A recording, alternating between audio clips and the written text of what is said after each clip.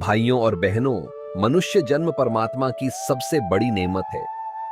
यह जन्म हमें यूं ही नहीं मिला। करोड़ों जीव जंतु जन्मों के बाद हमें यह अवसर प्राप्त हुआ है। लेकिन अफसोस यह है कि मनुष्य प्रायः इस अवसर को पहचान ही नहीं पाता।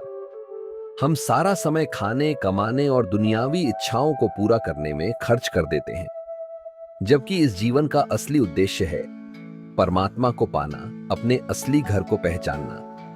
सद्गुरु बार बार यही समझाते हैं कि सच्चा सुख बाहर नहीं, भीतर है। बाहर का सुख क्षणिक है। धन है तो चिंता है, स्वास्थ्य है तो बीमारी का डर है, मान सम्मान है तो उसका खोने का भय है। लेकिन जब आत्मा परमात्मा के नाम से जुड़ जाती है, तब भीतर का ऐसा आनंद मिलता है जिसे कोई छीन नहीं सकता। मन हमेशा बाहर भागता है, कभी रिश्तों में, कभी वस्तुओं में, कभी इच्छाओं में। लेकिन जब हम सद्गुरु द्वारा दिए गए नाम का सुमिरन करते हैं, तब यह मन धीरे धीरे शांत होने लगता है। जैसे तूफानी समुद्र में लहरें थमती हैं और जल स्थिर हो जाता है, वैसे ही सुमिरन से मन की हलचल मिटती है। जब मन शांत हो जाता है, तब आत्मा अपनी वास्तविक रोशनी को पहचानने लगती है। एक साधक का उदाहरण है जिसने सारी उम्र संसार में सुख खोजा। उसने धन कमाया, यात्राएं की, भोग विलास भोगे, लेकिन अंत में थक कर बोला, मुझे भीतर खालीपन ही मिला।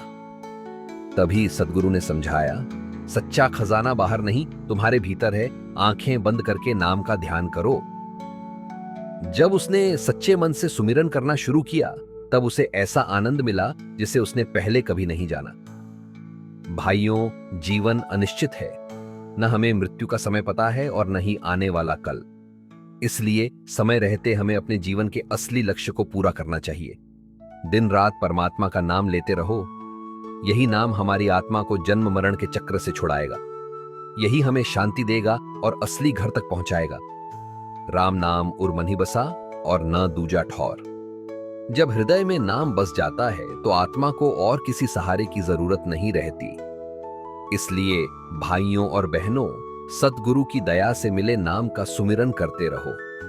यही हमारी सबसे बड़ी पूंजी है और यही जीवन का असली सहारा।